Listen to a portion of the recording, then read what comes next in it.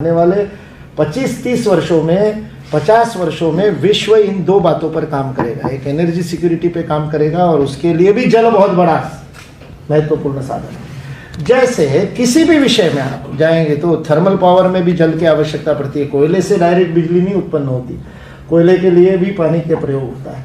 आप चाहे nuclear power station में जाइए, वहाँ भी पानी की आवश्यकता होगी। इतना ही नहीं, आप ये सोचिए कि सारे विश्व में सोलर पैनल्स जो आ रहे हैं, वो सोलर पैनल जो बन करके आते हैं वो ज़्यादातर चीन से आते हैं या यूरोप से आते हैं। अभी कोरिया भी बहुत आगे आ गया, थाईलैंड मलेशिया भी आ गया।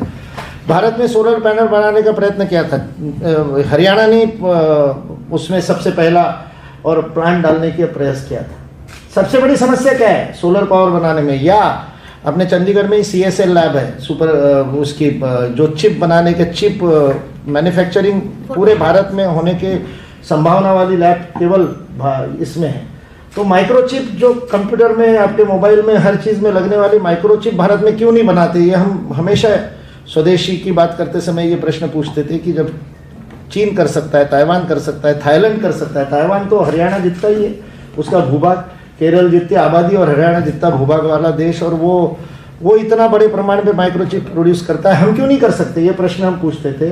बाद में जब मैंने रिसर्च फॉर रिसर्जेंस फाउंडेशन के अंदर इन सारे वैज्ञानिकों से, CSL के डायरेक्टर से भी पिछली बार मिले थे, उनसे भी बात हुई।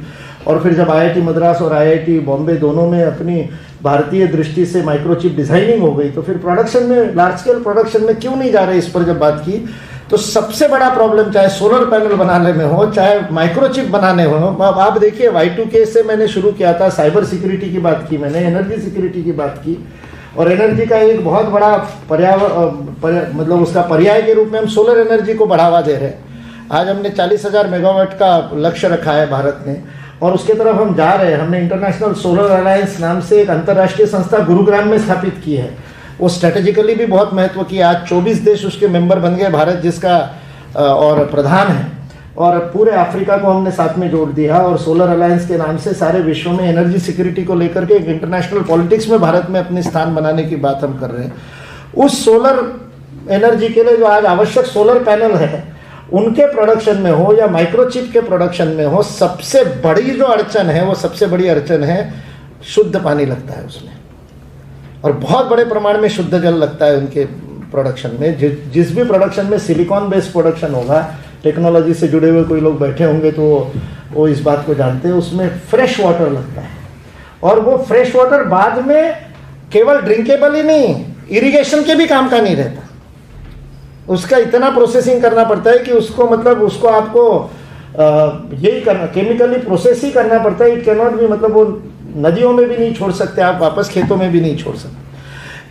आज चीन का बहुत बड़ा भूभाग इसके कारण खत्म हो गया, क्योंकि उन्होंने LED और माइक्रोचिप सारे विश्व में डंप करने के लिए बहुत बड़े प्रमाण पे प्रोड्यूस किया। ताइवान समझदार देश था, वैसे जगह भी उसके पास कम थी, छोटा देश था। उन्होंने $400 बिलियन लगा करके चीन में जमीन खरीदी, और जितनी ताइवान की कंपनी है वो प्रोडक्शन सारा चीन में करती है, तो कचरा सारा चीन में डालते हैं। चीन ने भी अभी अफ्रीका में, ईस्ट अफ्रीका में, और वहाँ पर ज़मीनें खरीद करके वहाँ प्रोडक्शन ट्रांसफर कर। उसका मेन कारण पानी। मतलब आप सोचिए, साइबर वॉर की भी बात करें, आप स्पेस वॉर की भी बात करें, या एनर्जी सिक्योरिटी की भी बात करें, सब में जो कॉमन फैक्टर है वो कॉमन फैक्टर जल है।